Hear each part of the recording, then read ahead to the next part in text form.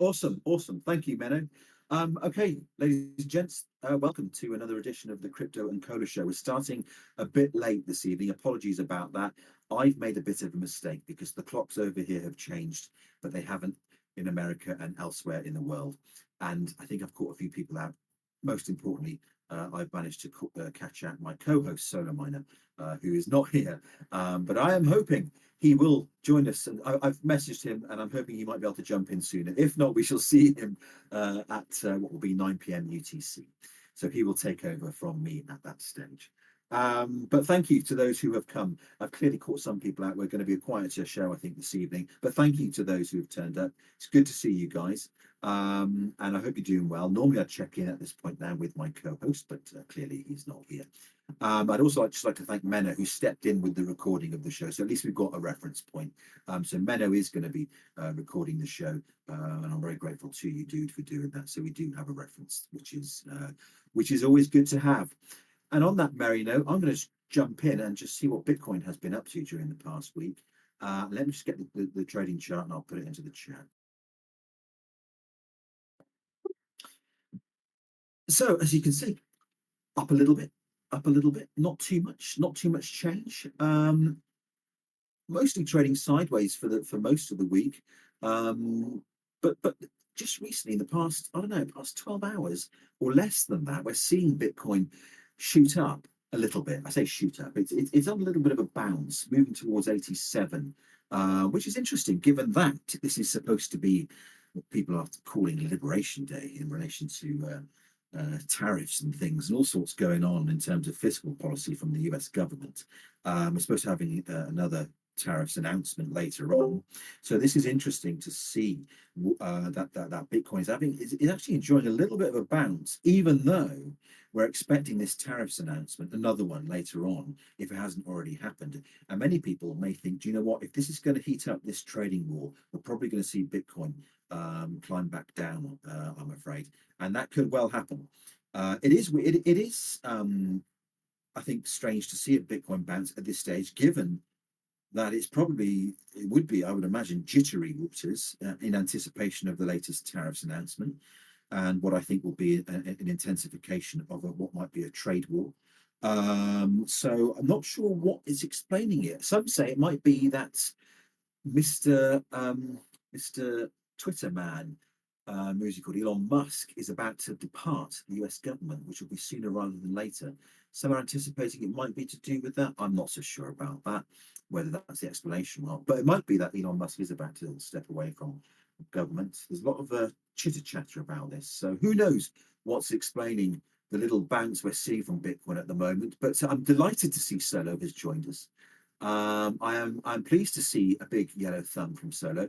I do apologise to you, Solo, and I've apologised to everybody else. I got the timings wrong because the clocks have gone back over here. So apologies about that. But just let me check in with you. Can you hear me? How are you doing? Hey, piece of money. Yeah, the time changed over here a couple weeks ago, and I was starting at 4 p.m. my time. So, yeah, this was not planned for me.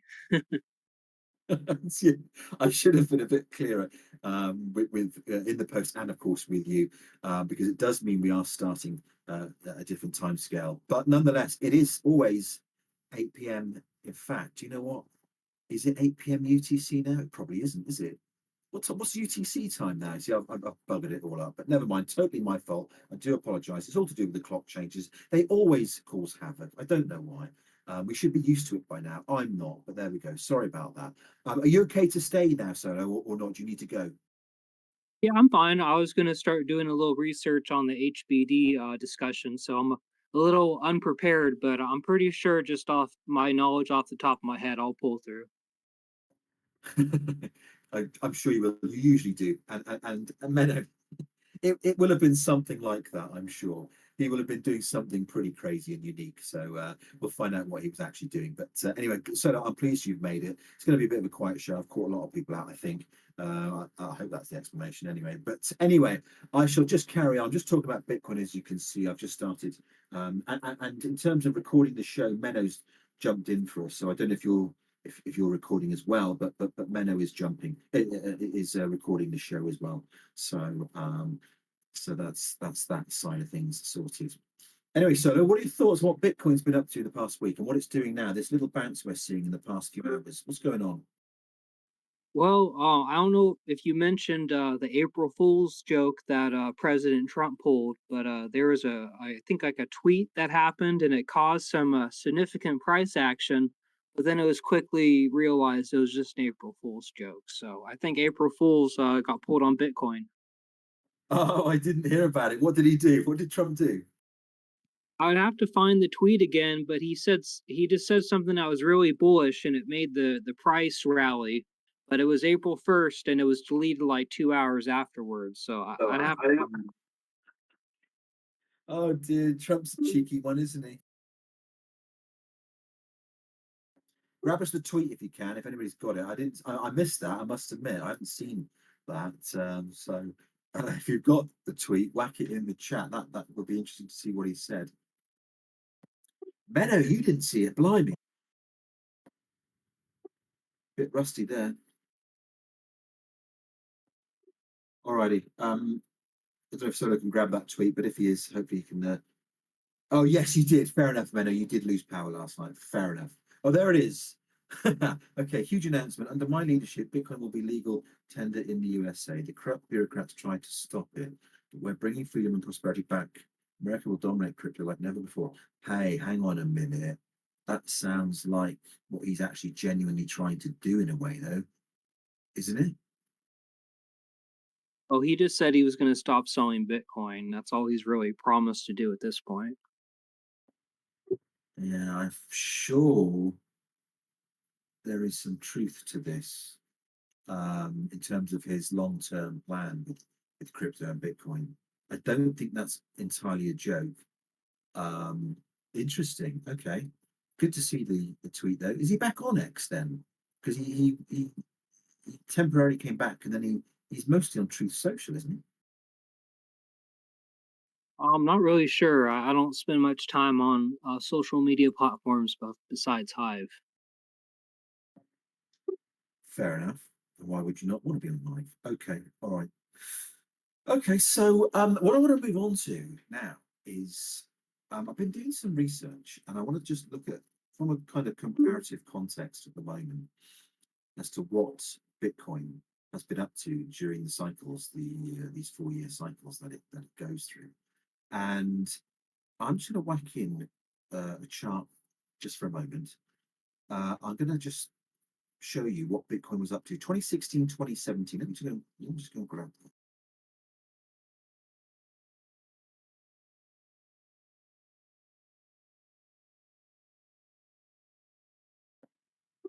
Okay, so there you see. Um, Not too much. Back in 2016, when Trump was first elected, there really wasn't that much of a movement within Bitcoin, as you could see from the chart. Go to November 2016, and you don't see too much there. Okay, you don't see too much. 2016, you really don't see much going on there. Things start to move in May 2017, and they start to slowly, gradually creep up. Bitcoin starts to move vertically. And then, as we know, because I was there back in 2017, the whole game changed for Bitcoin towards the end of 2017, November, December, especially. As you can see, it hit what was then an all-time high of around, I think, of 17,000, and that carried on into 20 late 2017 into 2018, and then it pulled back. So that's what happened during that last bull run. And of course, the alts benefited from it as well, as we know. Those of us who were on Steam back then saw a huge jump in the price of Steam and SBD, of course. It was such an exciting time. As I say, the whole game for crypto changed and it started getting more interest from institutions and the media. Now, let's just contrast that though with what happened 4 years later, because it's a different pattern. It's quite a different pattern, as you see.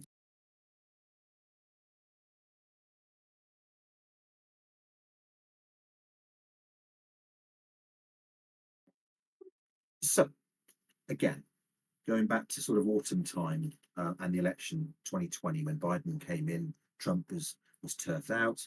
we see a different pattern altogether, really. Let's be honest. Look at that. So we're talking 2020 into 2021, the last great bull run. Very different. Some parallels for sure, but nonetheless, as you can see, it's a different type of pattern. The start of it, though, did emanate around the US general election, and it carried on into 2021. There's a few dips there, but nonetheless, it was a solid year for Bitcoin. It then rallied again in late 2021. Okay, so there was a kind of a consistency, then a dip, then another rally. So there was two peaks there that year, which is really, really important because if you contrast that, which is what we're going to do now, with 2025, which is where we are now, you'll see another different type of pattern. Let me just get the chart.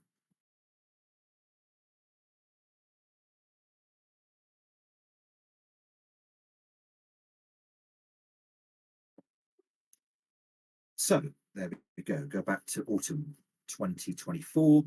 Trump's back in, and we see a jump for sure. So we're seeing movements around the US presidential election, uh, and it continues. It sustains throughout the year, towards the end of the year, and then we get back into January, February. But this time, we're not seeing such bold movements as we did in 2021. We're not seeing those kind of those, as you can see, those peaks there. So between the three cycles that I've just gone through, and let me just for clarity, it's best if you see it all together. Let me just whack this into the chat.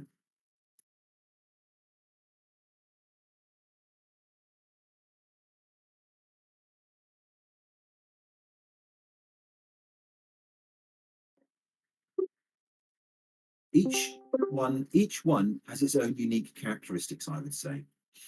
The middle one, which is the 2020-2021 boom period, that, and don't forget, Edicted was talking about the pandemic, which may have disrupted things.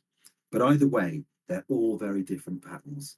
And I'm not quite sure now, having done this bit of research, when I look at the charts all together there, what we can actually parallel, what conclusions we can actually draw from that. Solo, I'm going to go to you. What do you make of that? Something I've noticed in the most recent happenings is there's less price increase between each of the happenings. So, like, we used to see much bigger magnitudes of price increase, and now we're seeing smaller ones. And I think that's a pretty good thing. That's where the market is maturing and things are becoming less volatile. Of course, for people that want a huge bull run, that's not as good. But less price swings is a good thing for a financial asset, I'd say. For sure, absolutely. And you know what? We are seeing some, I would say, sort of stability now with Bitcoin, and those huge price swings that we were once familiar with back in 2017, 2018, and then all the way to 2021. They may not be happening so much now. Yeah, you're right. I think it's good for stability. So, are you saying you prefer to see these slow, steady increments? And I think we all do in a way. But what does that mean though for a potential out season? If those swings are not going to be so pronounced, how will that influence out season? That's a good question because usually alt season kicks in after we've seen some like face melting Bitcoin run ups, and we haven't really gotten that yet this season. So it's hard to say. That's a good question. Like, I'm always open to that apocalyptic look of Bitcoin's dominance returning to 90%. I think it's possible. And I mean, I hope not as an altcoin holder as well, but I think it's possible. Okay, all right. Oh, Edwin, that bloody GIF. It's that's doing the rounds lately. My word. I'll never forget that moment from the film. Jesus, I was a kid when I watched that, and I was like, "Oh, that's horrible." Anyway, good to be reminded of that. Thank you. Um, I'm going to just chime in with the Hive, see if he's around. Give us some thoughts, the Hive, if you're there. What are your thoughts on what Bitcoin's been up to and those cycles I've just been comparing? The cycles I don't really know about and stuff like that. But I do see. that what you're saying about the levels of the jump. So instead of jumping 30k, it's only jumping like 15k each time or 10k or something like that.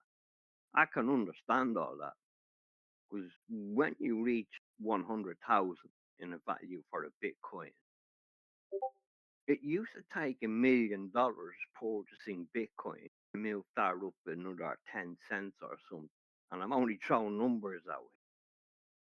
But now to move that up another 10 cents at the price of Bitcoin, that's going to cost you a lot more money than it did when Bitcoin was only 50k. And double the price doesn't mean it will cost you twice as much. It means it will cost you something like 2.5, 4 times as much.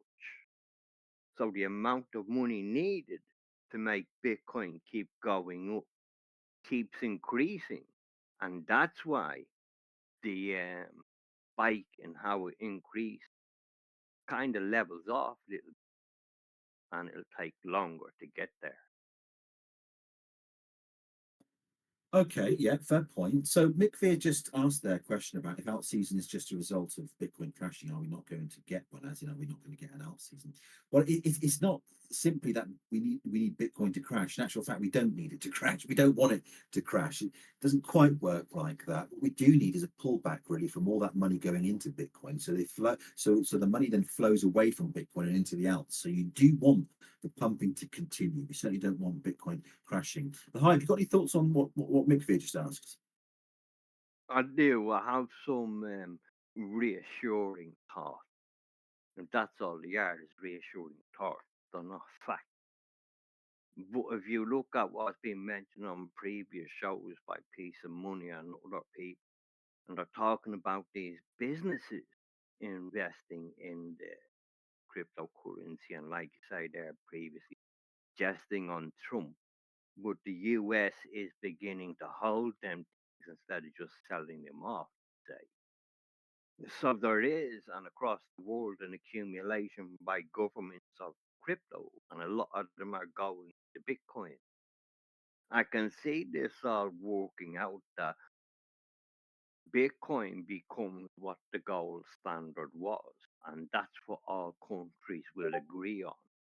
So, for peace of mind, you can have in the background theories are working that Bitcoin will be the monetary value standard. So, and everything will be compared, or the GDP of each country will be compared to the amount of Bitcoin they hold, and then they will either be in profit or debt. Now that would be something if if literally Bitcoin achieves that type of status within the economies of all these countries, and Bitcoin is that kind of standard, that would be quite incredible. And you know what? It's not actually out of the realms of possibility for that to happen, really, is it? Solo, what are your thoughts on that? Or the Hive? Do you want to come back in? I will say that my thoughts on that are the Hive blockchain has a better chance of success with that and remaining decentralized, so that you also remove the autonomous power that governments hold away from them, and the ability to remove them when they misbehave if it's done on the Hive blockchain. Boom. Great point. Absolutely. Well said. Solo, any thoughts? Well, I think it's possible we're going to see a great cleansing of the altcoins market at some point. A lot of these meme coins and other completely useless tokens are all going to go to zero, and either Bitcoin's dominance is going to rise up to 95% or higher again. And coins like Hive and other ones that actually are practical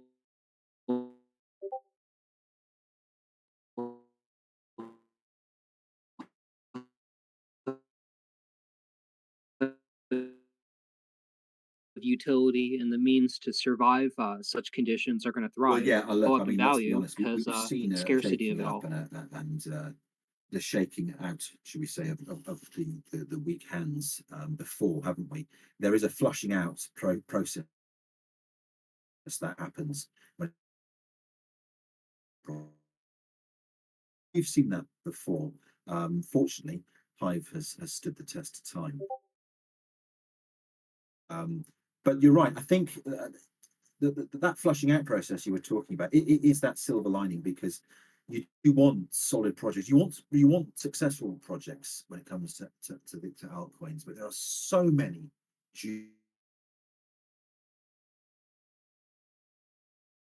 dubious projects that will just never make it, or they're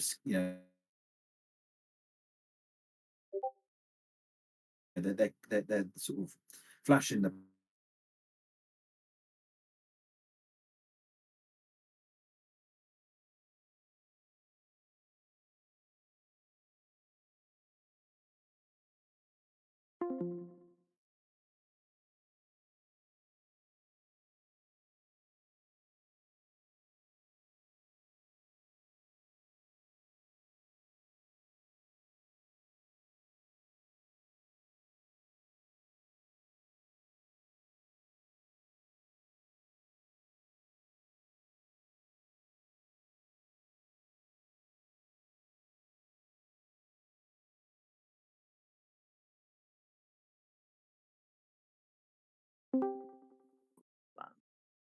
But there's other NFTs like here on the Hive blockchain. There's a lot of NFTs here that are used in game and can have a value that is monetary and also value in the game. So there's a bit of a duality there with NFTs for myself. I see the ones that are outside of the blockchain just as a bloody picture. Well, that's worth nothing, no. But this one that I use in the game to help me more earn more tokens, that has value. Okay, so on that note, then the Hive, I'm going to put you on the spot. What would you say is the most investable NFT on the market? Invested with NFT on the market. Again, I can only go by what's on Hive. And then I really only got experience to any degree in two games, Splinterlands and The Rising Star. I see Splinterlands just throws out a new deck every month, and then you have to buy the new deck type thing, and it's all new cards, new deck, or every couple of months, season maybe. So you've got that couple of times a year that there's always new decks coming out there. Over in the Rising Star game, I see how they use the cards that are already there. We now recycle them into other cards, so there's not billions of cards out there anymore. And the cards that people have can be redeemed to get new unique cards. The more unique cards you hold, the better you are for getting leaderboard rewards. So the game over there works more towards the leaderboard of activity in the game. If you do your missions and you progress and you put the effort in, you rise in rank and you get higher rewards. And if you don't want to play for that, you can still play for free, earn the tokens, get the cards, sell the cards, or trade the tokens. You can still earn in the game. So it's just Okay. dependent on. All right. I mean, look, NFTs, I don't want to give them a bad name. Let's separate them maybe from mem coins, but NFTs, okay, they can serve a function. They've got a place. Clearly, some people are into them. That's fair enough. I'm not into them, but that's fine. That's just me. But hey, Eiko, good to see you, dude. But okay, interesting. What I just want to bring in a moment, I don't know if anybody saw this earlier on in the week, talking about Bitcoin and more interest, institutional interest, in fact. Once again, MicroStrategy's been on a buying streak. This is the third consecutive week. And Michael Saylor, there he is, bless him, bought another £2 billion worth, $2 billion worth of Bitcoin a few days ago. And This brings strategy or MicroStrategy, they've changed the name to strategy, but anyway, this brings MicroStrategy's total holding now to 528,000. And let me just get the exact figure. 528,185 Bitcoin. That is the total amount now. 528,105 Bitcoin. That is the total amount that MicroStrategy now hold in terms of their total Bitcoin, aggregate Bitcoin holding. That is a colossal amount. Whilst that kind of gives a real tick in, it gives an endorsement to Bitcoin and it boosts confidence and all the rest of it. And that's good to see. It's good to see for sure.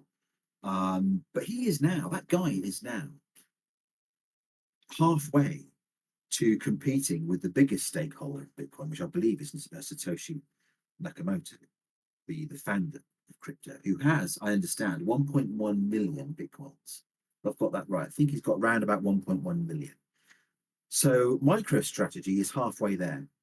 And I dare say if they continue to buy up Bitcoin, they're going to surpass Satoshi.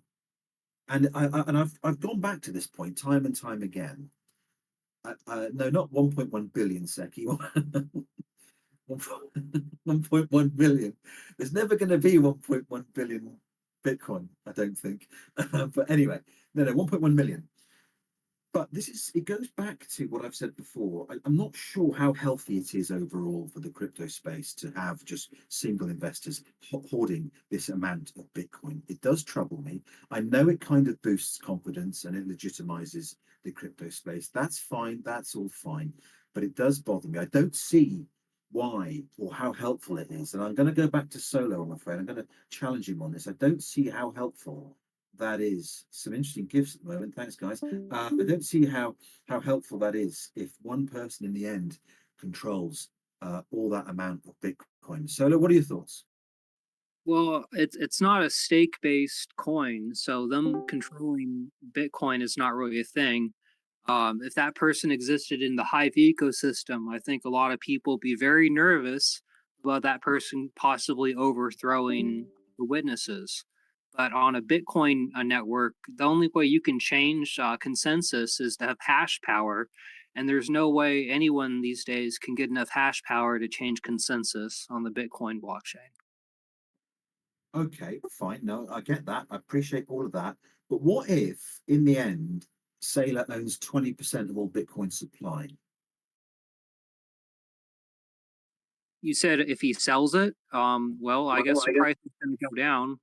It's gone down a lot in the past, and maybe that'll be the end of the days of it saying it's stable. Okay, no, yeah, no, absolutely. But what if he just owns 20% of all Bitcoin supply? Oh, owns it. I'm sorry. I thought you said sell 20% of his Bitcoin. I misunderstood. If he owns 20%, again, I don't really care because it doesn't affect the security of the network like it would on a stake-based network. The only thing is it would make him more scarce, make the price of the coin go up because now he has 20% of all the coins. And you don't see any problems with one person holding 20% of all Bitcoin supply, no? He might just be the next Bond villain. I mean, it could be cool to watch, right? Okay. Yes, Starkers. You said, did you want to come in? Oh, sorry, Solo, go on. What were you going to say? No, I was just laughing. He could be the next James Bond villain with that kind of money. Who knows what's going to happen? I think it's a good sign if someone that rich and has put that much research into it and is buying that much, it makes me feel better about buying Bitcoin too. All righty. Starkers, what did you want to come in with? Yo, how's it going? Hope you're doing well. I'm good. Thanks. So I've thought about this for a while on Bitcoin, and you guys seem to know what you talk about. I'd be interested in your thoughts on it. If a Michael Saylor accumulates 10% of the supply of Bitcoin, 5%, let's say, and then you take into account the other corporations that hold Bitcoin, ETFs, companies, people that aren't elected by governments, and governments themselves, actually, because I don't think they're very well elected these days by people either. You get to this critical mass where if they all realize that they're the ones holding Bitcoin. And there's enough sleepy people that don't really care about custody and don't really understand what Bitcoin is and how it works, which is it's a plausible scenario. I'm not saying it exists today, but I would say that it's definitely plausible over the next 5 years to reach a scenario like that. Agreed. If those people then decide, okay, we fork in Bitcoin and we're going to put a tail end inflation on it, so that there won't be 21 million, but there'll be more, which I actually think to some extent is a good thing, because it will keep the transaction fees down for Bitcoin and keep it accessible to poor people, which it isn't today. But that aside, this group of people could rise on it. Sorry, I'll just mute. This group of people could effectively say, these are the on ramps, these are the off ramps, and that's what we're accepting. If you don't do your on ramping and off ramping through our approved on ramps and off ramps, we won't recognize a transaction, and we're going to go onto this fork over here, which would effectively be a complete takeover of the Bitcoin ecosystem. And it would require KYC to then use. And I think with probably 4 months ago or so, BlackRock said that they are not going to guarantee the 21 million supply. I think they've already thought of this, and I think this is their exact plan. I think things are moving very nicely in this direction, and I think it's only a matter of time until that attack is tried. Okay, so just to come in a moment. So what you're saying here is what I've been concerned about for a long time. And it does trouble me. It does bother me. You put it very eloquently in better ways than I can. And this does bother me. Just before you go on, Solo, can you just respond to that? Because let's be honest, control and dominance does matter, I think. I don't think it's all positive. I think it's a sign of mass adoption. I think seeing large corporations buy large amounts of it is simply like a wet dream that most people have had in the crypto world for the past decades. So I really don't see it as a bad thing. I mean, yeah, if you're forcing people to go through these services to, I guess, sell or buy Bitcoin, but there always are like third-party options. Like you can buy credit cards to buy and sell Bitcoin. You can get gift cards. You can trade it. You don't have to go through bank accounts to have value in Bitcoin. No, but what, I've voiced two concerns about ownership, Bitcoin ownership before. Starkus has just clearly voiced his concerns as well. And he's given us this potential scenario, which again, I don't think is that unrealistic. It is a possibility. I don't get why it's good in terms of mass adoption or otherwise. Any one entity having 20 or 15 or 30% ownership of all Bitcoin supply, even more, it could go even higher. That's just going to push out the grassroots, isn't it?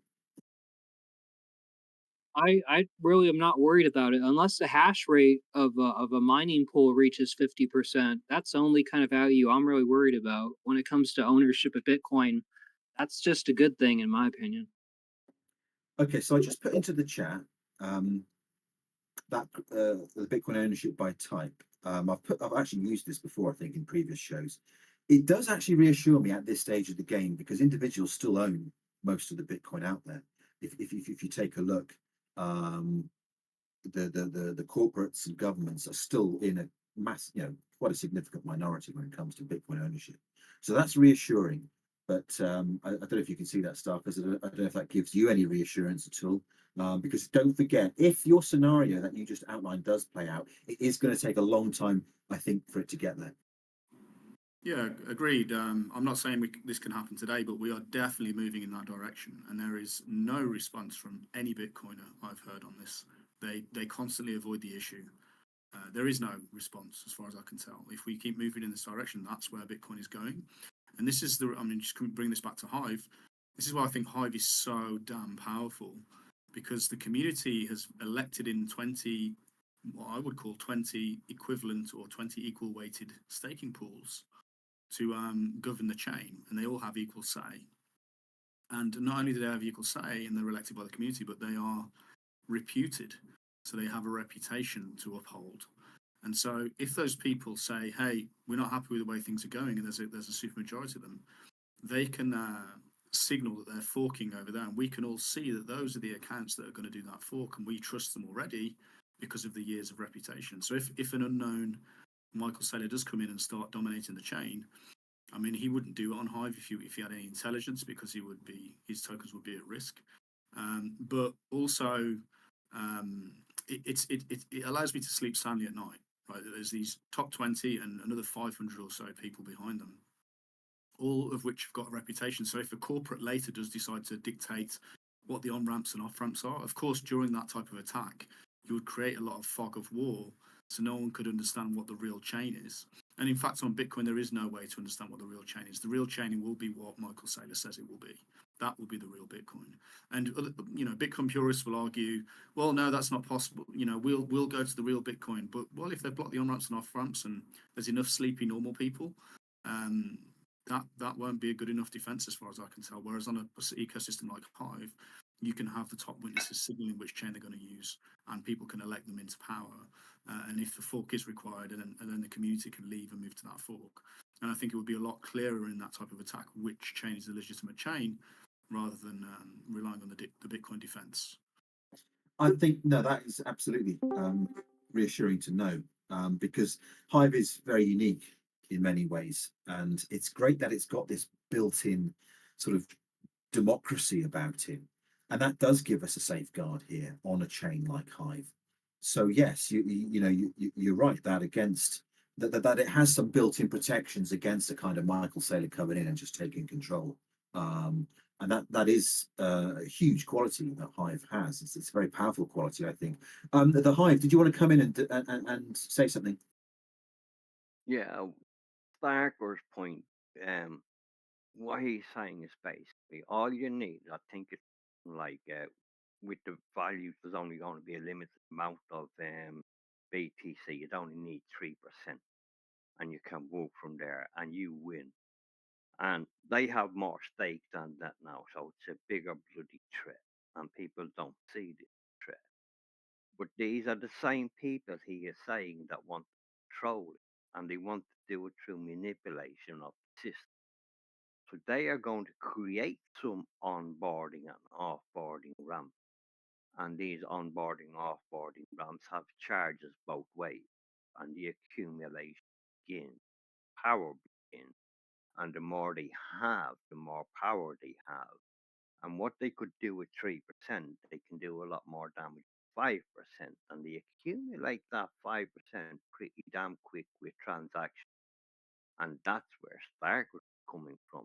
Once they get in, you won't see what's coming until it passed you by. Yeah. Okay. Interesting stuff. I've just realised the time. I'm gonna have to move on because things are. It is now coming up to 8 p.m. UTC. Apologies again that I got the timing wrong. The clocks have gone back over here. So okay, the Hive Starkers. Thank you very much for that. I'm going to move on to Solo because Solo's going to be chatting about HBD now, and he's going to give us some interesting things that have been going on, especially with a certain exchange that we thought HBD was trading at $5, and it isn't, or maybe it is. I don't know. He's going to clarify all of that for us. Just quickly say, so next week this show will be 7 p.m. UTC. That's the time that it will be at. I will get the show graphic amended. So I didn't factor in the clock changes, but it'll be 7 p.m. UTC. Anyway, Solo, over to you. Yeah, I can talk about it for a few minutes.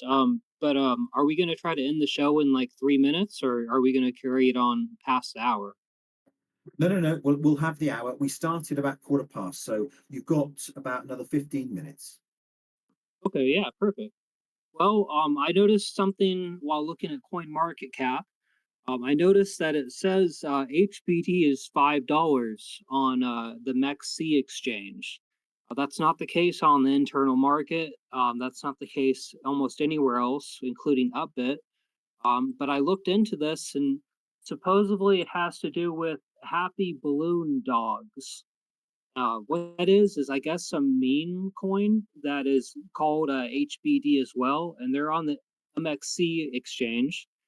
And I'm just really curious what would happen if someone sent HBD to it. And it looks like a few people have tried already. If you look at the exchange, I'm not sure what happened if they got their money out of it. But it would be funny, this mess up, if you could send your HBD and get 5x out of it.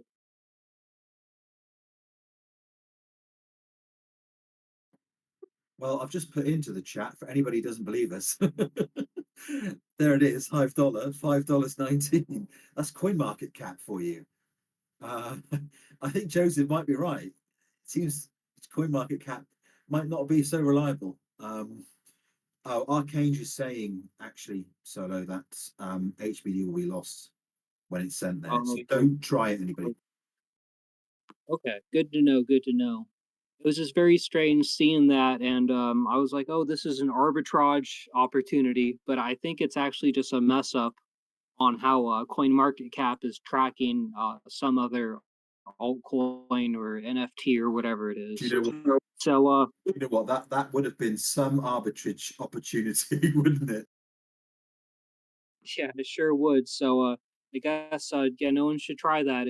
If you're gonna lose funds over it, definitely don't do that. But in general, it's one of those things when you see HBD go up, that's a good thing. We have this thing called the stabilizer, and I can explain a little bit about it, but I don't know everything about it. And I believe Archange actually has a proposal to fund that. I need to take a look at that proposal. But in general, there's an upvote system used to help fund HBD when it's sagging in price. Like when it's under $1, this money is pulled together to buy HBD and raise the price. When the price is over $1, I believe the money is kept in Hive and burned instead. I may be wrong there, but it's just an interesting system called the stabilizer. And people might have seen this already. I'll drop it in there in chat where you can see these giant upvotes for these comments. But this is basically helping to fund the stabilizer. And when we see Bitcoin or Hive have a large run up in price, we might see HBD go way above $1, which would be really cool to see. I think. I guess some people that want a stable coin says it's not a good thing. But if you look at the on the downsides, we haven't had any really significant price crashes in HBD since the stabilizer was implemented. So that's a good thing.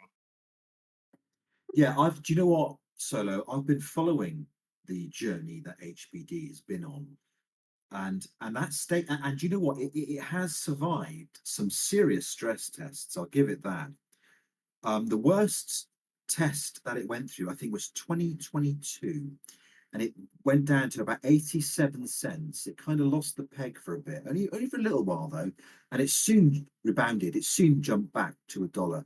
I think it's proven itself to be a very robust token. And do you know what? I don't actually want to see it go above the dollar that much, because I think it's important to keep that peg. Don't you think?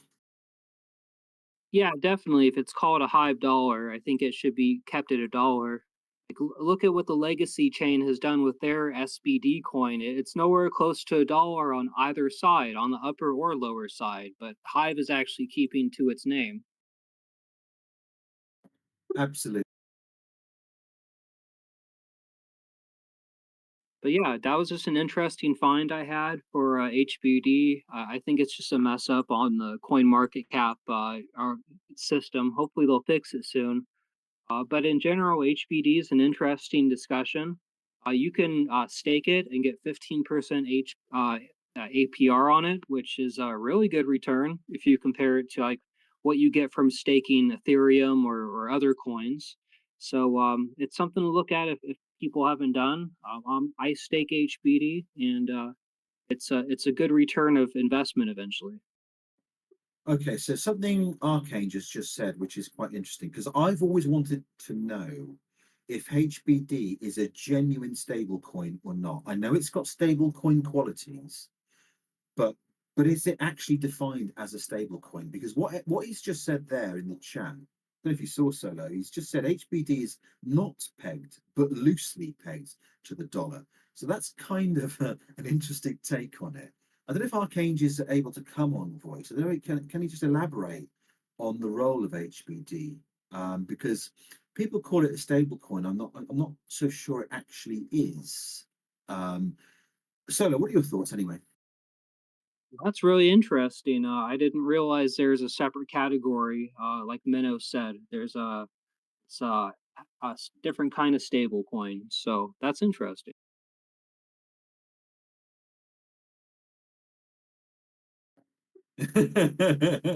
Okay, so Arcane has clarified that. Thank you for that. HBD is a stable-ish coin. So if anybody has any doubts, so there we go. That clarifies it. Okay, thank you for that, Arcane. Right. Any more on HBD, Solo? No, just we'll kind of keep an eye on what happens with coin market cap. But HBD is something that a lot of people, I think they just see the name in their when they get their payouts and don't really think about what HB does in the ecosystem. It helps to fund proposals, like when people get paid out for their proposals, they get paid in HBD. And there's a whole internal marketplace that balances out how much HBD is produced versus Hive. It's a very complex system. Crimson Clad once explained it, and I couldn't even barely understand how it all worked. But it's a complicated mechanism, and it's all very interesting. Yes, it is interesting. And just to let you know, I remember, and I'm going back now to summer 2022. HBD on the internal market actually hit $1.60. Don't know if you know that. And it stayed, yeah, go and check the price history. It hit $1.60. And I'm stacking a fair bit of HBD at that time. And I was quite enjoying that ride. And it lasted a couple of days, actually. It wasn't just a flash in a pan. I suppose a couple of days is a flash in a pan. But it didn't last a huge amount of time. But it sustained for a couple of days. And I remember thinking, okay, is HBD moving in the SBD direction? It didn't. It came back down and it was back at the peg again. Yeah, there we go, Joseph. Exactly. Okay, so that's what it was. The peg was then fixed. Okay, so that came in, I would imagine, perhaps at that stage. But I must admit, it was very exciting. So I'm always in two minds when it comes to HBD. Yes, I think it's vital we do keep it at the dollar peg. I think it is important for so many reasons. But at the same time, if you're stacking HBD and it shoots to $5, you're going to have a smile on your face. And if it's only temporary, is that so bad? I guess just take advantage of the market. It's a maturing market, and there are still little price swings. Like it's stable-ish, as Arcade says, and take advantage of it when it's on the upside. Absolutely, absolutely. It's like when you said to me, like yesterday, you were saying, HBD has gone up to $5. I was like, what? And I checked all these different exchanges, and then you told me which exchange, and I was like, Jesus. There's a bit of excitement there, isn't there? And if it is an organic market movement, then should we be too frightened of that?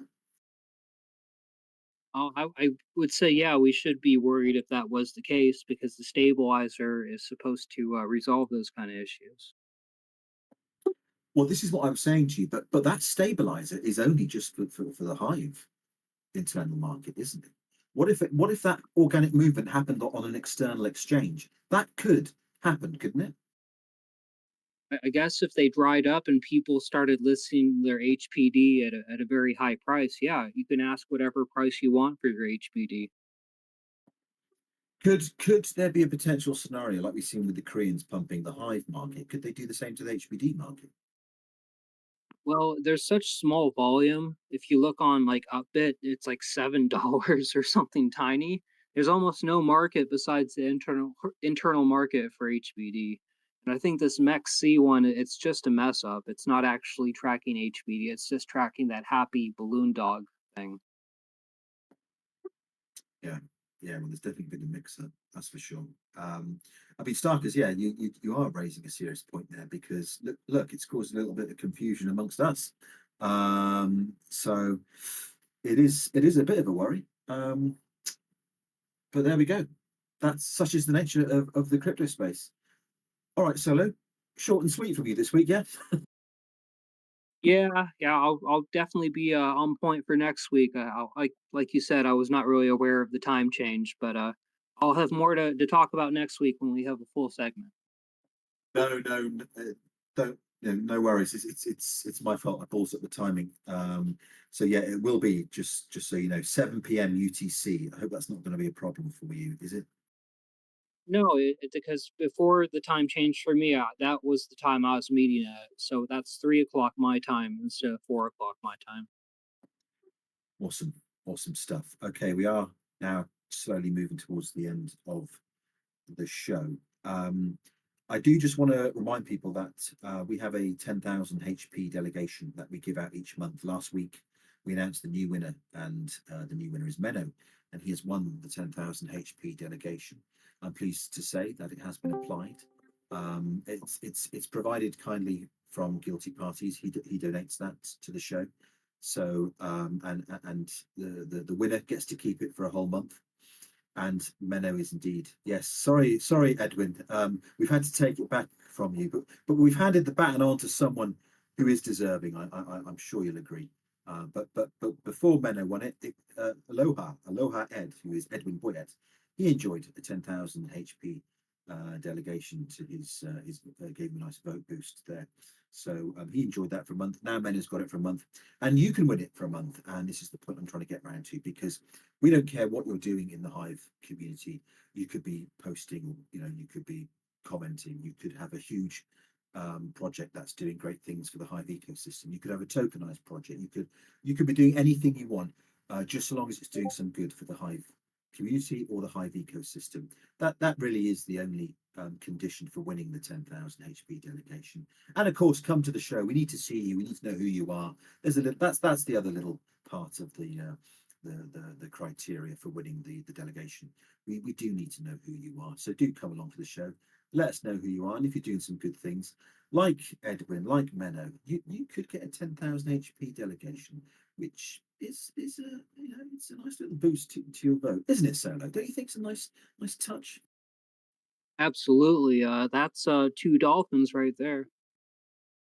There you go. Two dolphins. Who doesn't want to be two dolphins, eh? Um, when do you get out of minnow status? When do you hit the dolphin? Is it 10K or 5K? I think it's 5K. 5,000. It's 5,000. Yeah. Yeah, 5,000. Nice. Okay. I'm almost a dolphin. Well, not almost, but I'm getting there. Slowly but surely, I'm getting there. Be nice to be a dolphin. Nice title that. Okay, lovely. So anyway, I just wanted to mention that because, as I say, last week Menno won it, and good for him. He's now got the delegation applied, and hope he enjoys it. So there we go. Right, we are now almost about to wrap up.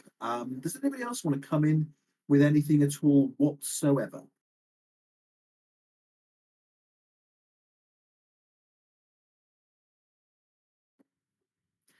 In that case, I think I am now going to wrap up. Don't worry, Bookerman. Um, don't worry. Good to see you again. I know you had quite a busy show with your Woo project yesterday. We were talking about that at the start of this show. I'll have you know. That's how the extent of your character and your reputation it precedes you sometimes.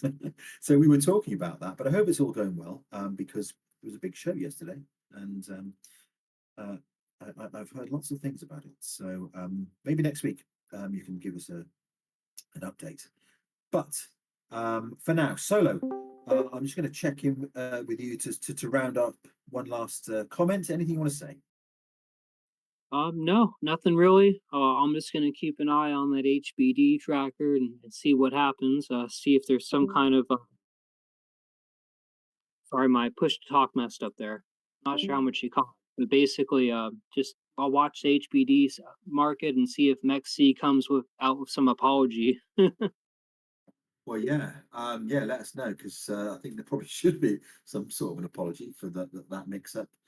Alrighty, and don't forget, everybody, next week it is 7 p.m. UTC. I shall have to get the show graphic changed, and I won't make the same mistake. So apologies about that. I caught quite a few people off guard there, including my co-host Solo. Apologies again to you, Solo, and apologies to everybody else. So it's 7 p.m. UTC going forward with this show. But thank you to everybody who came along. It's good to see you guys again, and thank you for Menno for stepping in and recording the show. Really appreciate it, dude. But until next week, guys, take care.